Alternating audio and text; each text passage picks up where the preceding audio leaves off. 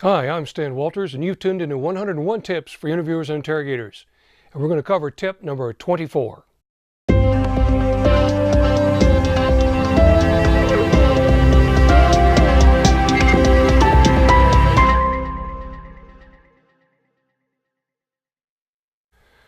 Tip number 24 for 101 Tips for Interviewers and Interrogators. There's one word that is the most powerful word that you need to add to your vocabulary as an interviewer. Now, this word has been tested for its effectiveness and how much influence it can have on someone making a decision. It's been tested for several years and shown to be quite effective in moving them toward a solution, moving them into action. And it's basically very simply the word because. Now, let's talk about how that word is used. Maybe as a kid, you were goofing off, carrying on, making a bunch of rack or whatever. And did mom or dad ever tell you, cut that out? And you said, why? And they were told, because I said so. Now, if you ignored the first time, we knew that there was consequences to not following along to the because I said so. But the next time along, what happened? You know that because if you move to action, then there would be some benefit or goal or reward for you, or you could avoid some negative feedback, as it were. So think about how we can use this with the subject. We need to talk today because I need to hear your side of the story of what happened. It's only fair to you. So you notice what I did, the because plus a reasonable request.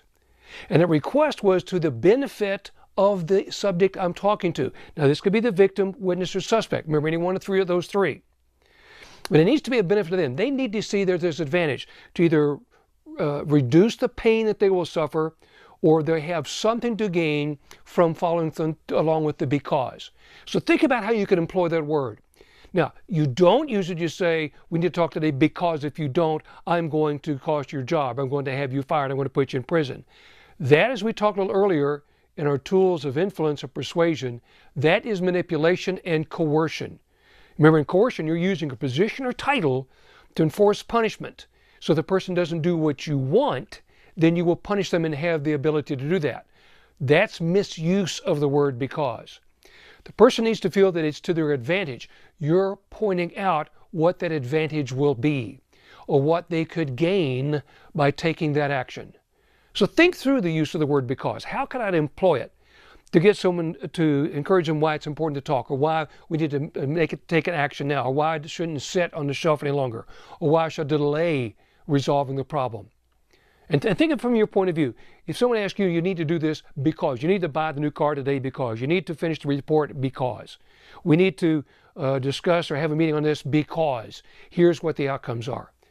So think of the use of the word because and how powerful it can be.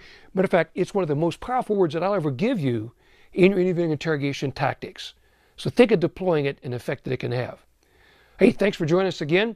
Be sure to comment on Facebook, Twitter, LinkedIn. Please comment below because I'd really like to add more comments and see what you've got in mind, so as I prepare some of the other 80 some odd more tips. I've got plenty of set to go. I want to make sure that these are tips that you can use that easy to deploy in the interview room. And wouldn't it be a shame if you didn't share with anyone else, because they need that information too. See you again next time when we cover tip number 25 of 101 Tips from Interviewers and Interrogators. Be safe.